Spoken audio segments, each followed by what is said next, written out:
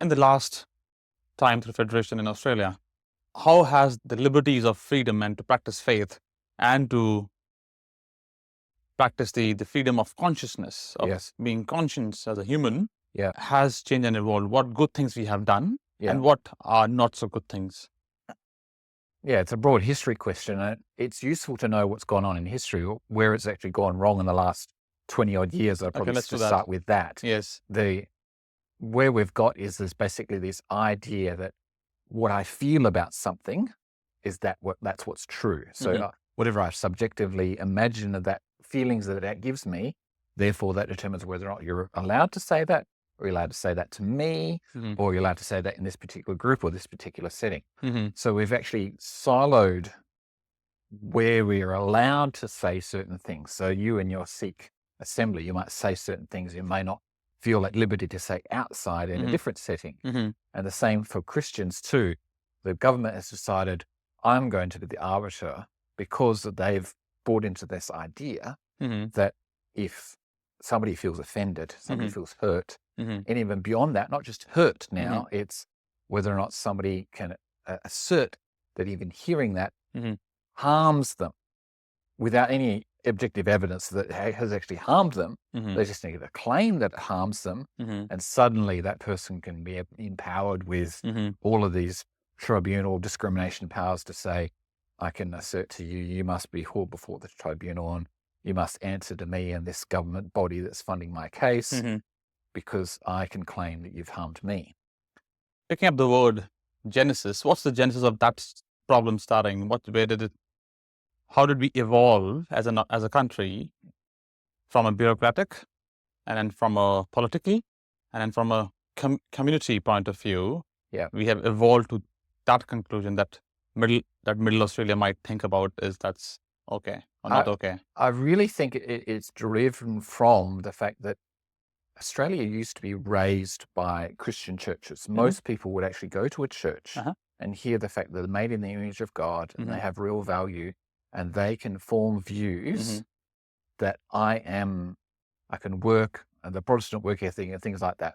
And most kids, even if their parents didn't believe, that we send off to Sunday school. And now all this belief kind of slid away as this evolutionary message that you're just basically goo from the zoo, basically. You're basically this evolutionary assertion that you weren't actually created by God, especially that you just come, and that so belief was actually left behind and people stopped going to church. And so as a result of that, therefore, this connection with family and connection with the objective value of what is a human being, they've become more and more set upon discovering themselves from within rather than looking to that which is out to define who I am. So, and then as a result of looking within, we've become more and more detached as in our family groups because it's been more, people have become more and more segmented away. I think majority of Australia, lots of its early life, a lot of people begin life already separated from their fathers and mothers from 6 months of age. So they do not derive their identity necessarily from what they hear from their mother and father and those primary relationships.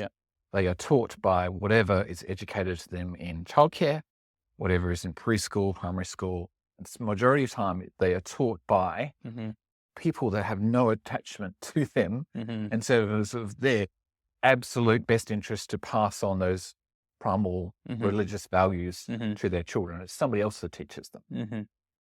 And just a quick anecdote about the reason why that's true to say is that Australia's been filled with lots of immigrants lately. 4 out of 5 of those arrivals in Australia, they will send their kids to religious schools because they want those values to be passed on. And you're probably an example of that you went to a Catholic school too. So they kind of... And my child goes to. Yeah, and your child goes to a Catholic school as well. So they want those values to be passed on. But what has actually happened is the government has inserted itself between the parents and the child and says, now I'm going to educate the child with this completely new, very socialist values that are all about attaching your identity. Use a trigger word. Yes. These socialist values, that basically your human rights are not derived from the fact that God created you, they're derived from the government itself. Mm-hmm. And the government can give and take away as it wishes. Mm-hmm. So I think that's what's kind of fragmented society. Mm-hmm. And so hence why we were talking earlier, why society has, because of its fracturing of human family relationships, now sees government Mm-hmm. as a solution to its emotional Mm-hmm. felt ills. Mm-hmm. Each person is looking to the government to say, Mm-hmm. government, you need to order everyone else to approve of what I do. Mm-hmm. Government, you need to punish everyone that does things that I don't like. Mm-hmm. Mm-hmm. That they say things that I don't like. I want government to punish all those people. Mm-hmm.